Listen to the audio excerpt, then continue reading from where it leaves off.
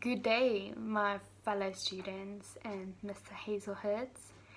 The purpose of this case study is to focus on key clinical findings in a patient diagnosed with multiple sclerosis, or also known as MS. MS is described as a chronic inflammatory disease of the central nervous system of an unknown etiology, which due to an autoimmune demyelination, loss of neurological function occurs. This persistent inflammatory disorder of the central nervous system caused by abnormal immune stimulation result in damage to the myelin sheath within the brain, the spinal cord, and the axonal loss. The demyelination insult originally weakened the speed and effectiveness of nerve cell function. MS is the most frequent neurodegenerative disease affecting young adults in our community. It is a complicated disease influenced through the genetic, gender, and environmental factors. My case presentation is about a lady named Mrs. J. She is 22 years of age and she just had her first child. She was getting ready for her 6 weeks postpartum checkup when she became very dizzy. The room was spinning and she found she had lost all steadiness. She mentioned the dizziness to her doctor, who advised an iron supplement for postpartum anemia. 2 days later, the dizziness descended and she felt fine. At the age of 25, Mrs. J had a second pregnancy, and in the third trimester, she began to have migraines, something she had not undergone before. Her little finger went numb and tingly. This sensation traveled up her arm and into her face. The numbness and the headache lasted only a few days.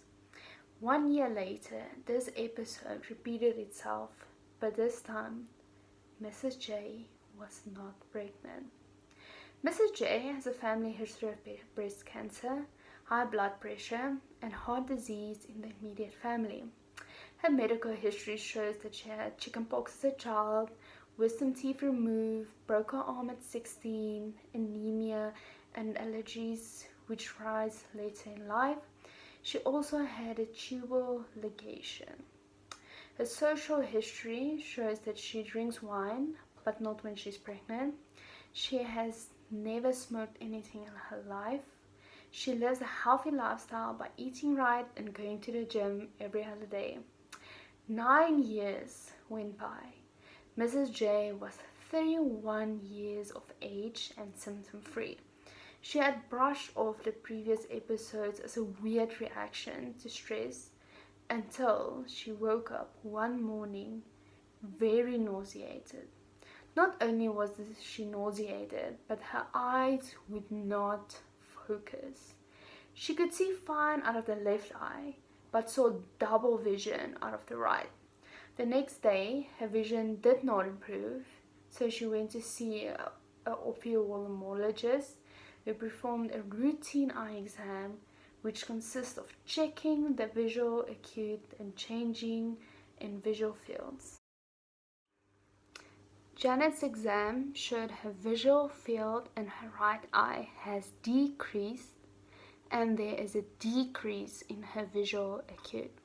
Visual motility exam showed impaired abduction and adduction in both eyes with vertical movements.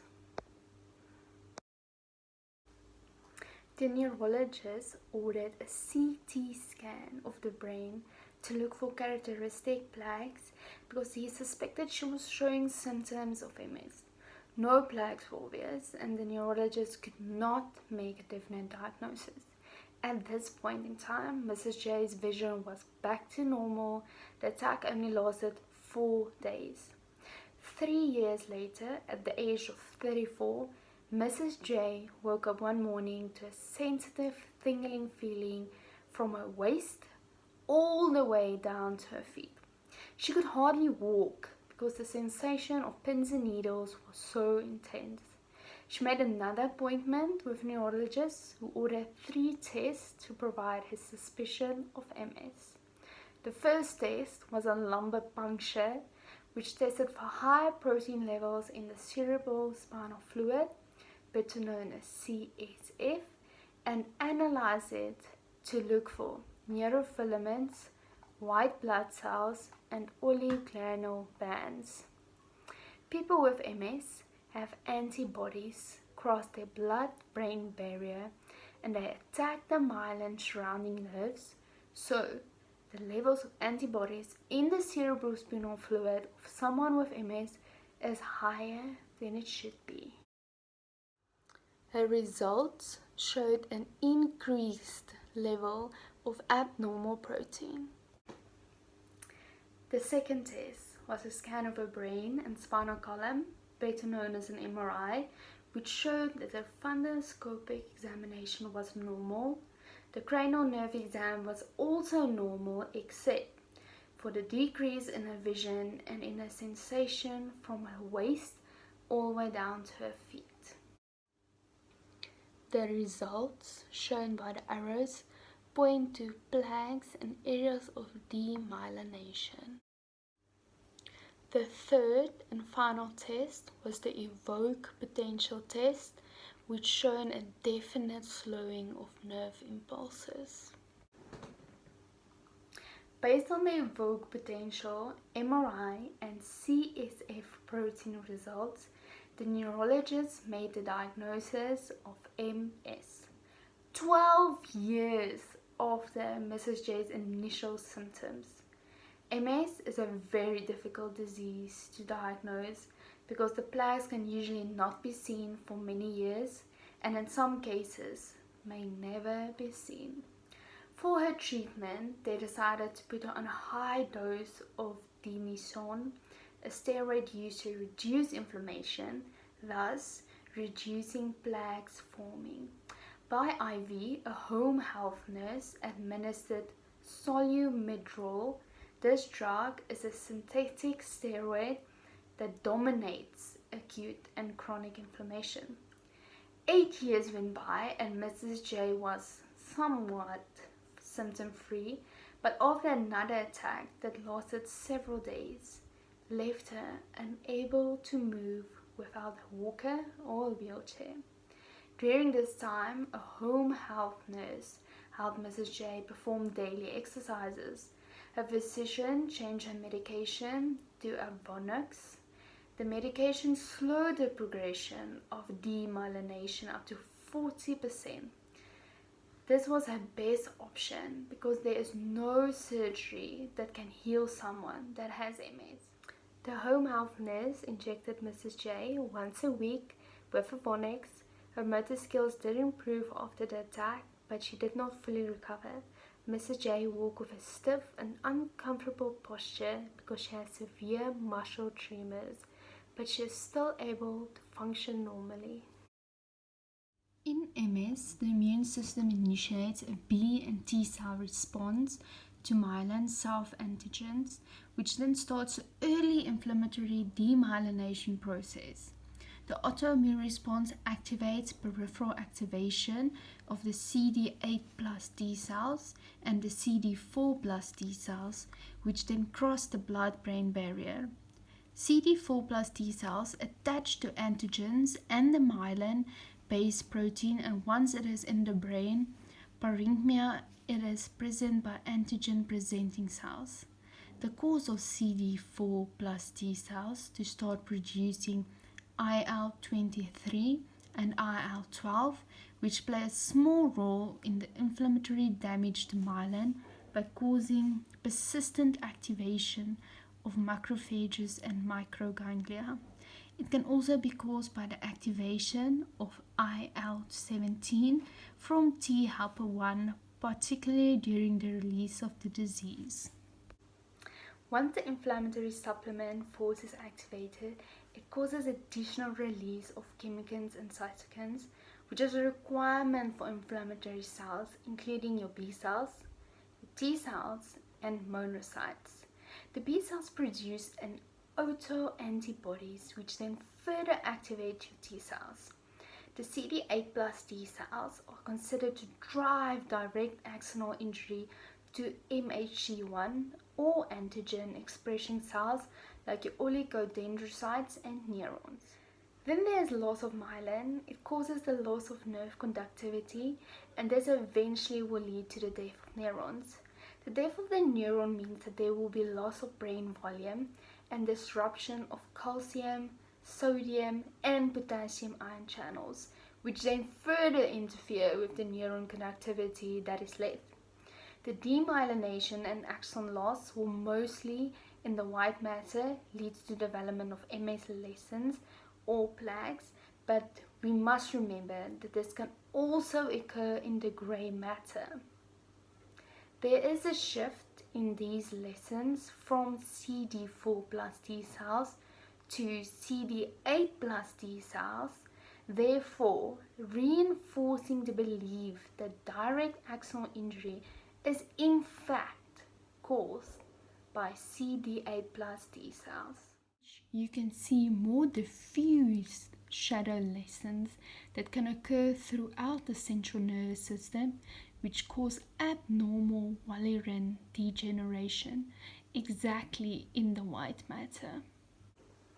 In order to confirm a diagnosis for MS, neurodegenerative diseases must first be ruled out by using tests like MRI imaging and the spinal fluid analysis.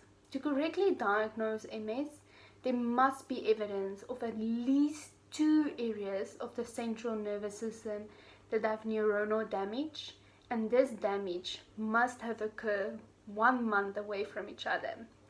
MS takes a random course that disturbs the sending of information within the brain and to the body. The start of symptoms typically rises between 20 and 40 years of age, with a 2-to-1 female to male ratio. The most common symptoms of MS are fatigue, bladder or bowel problems, numbness or tingling, mental changes, visual problems, walking difficulties, dizziness, stiffness and muscle spasm. These common symptoms are typically accompanied by secondary and tertiary symptoms which are gradually more serious. There are 3 main clinical manifestations of MS, and each with their own unique initial presenting symptoms. The first one is spinal MS, with symptoms like numbness, weakness, bladder and bowel problems. The second one is your optic spinal MS, which is your memory problems, blurred vision, vision changes and lessons on the optic nerve. Your third one is your cerebellar MS, which is your ataxia and weakness in all extremities. There are 2 main courses that MS typically takes. The most common is relapse remitting, and then the primary progressive course is the less common one. The relapse remitting can turn into your secondary progressive, but ultimately it starts as relapse remitting and eventually turns into progressive course.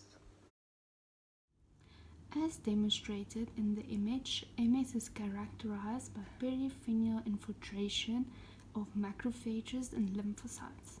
Infiltration of inflammatory cells happen in the parenchyma of the brainstem, brain, spinal cord and optic nerves. The treatment for MS should be targeted towards relieving symptoms of the disease, shortening the duration of acute relapse, reducing frequency of relapse, treating acute exacerbation and preventing disease progression. The cause of MS is unknown, but it seems like multiple factors act together to trigger or perpetuate the disease. MS is usually diagnosed in persons between the age of 15 to 45 years. However, it is more common in women. The average age of diagnosis is 29 years in women and 31 years in men. Worldwide, about 2.1 million people are affected with this disease. It is seen in all races and all parts of the world. In patients with MS is left untreated, more than 30% of them will develop significant physical disability within 20 to 25 years after commencement. Research trials have shown severe disease-modifying agents used for MS have slowed disability development, but it's unknown whether these effects will be maintained over long periods of time. Male patients have the worst prognosis when it comes to primary progressive MS because they have less favorable response to treatment and rapidly accumulating disabilities. People with MS, life expectancy is linked to disability. Death is usually a result of your secondary complications, such as your renal and your pulmonary causes, but can also be due to your primary complications, like your suicide and causes not connected to MS. When someone has MS, the average duration with the disease is about 30 years, and there's no cure for it. There's no recognized prevention for MS, but there is a theory that states that the genetic tendency to MS is triggered by an environmental factor, such as a virus, and this is supported by research.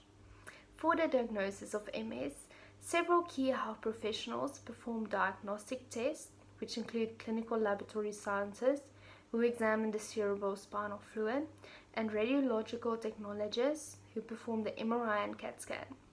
The CAT scan and MRI are both read and interpreted by the radiologist, and then after all the tests, a diagnosis of MS is made with a laboratory support. As the disease progresses, the patient will need a nurse caretaker. Even though there is a theory about MS, more research needs to be done to determine why more women than men have this disease, and if the patient has a family history of MS, what they can do to prevent the disease from flaming up.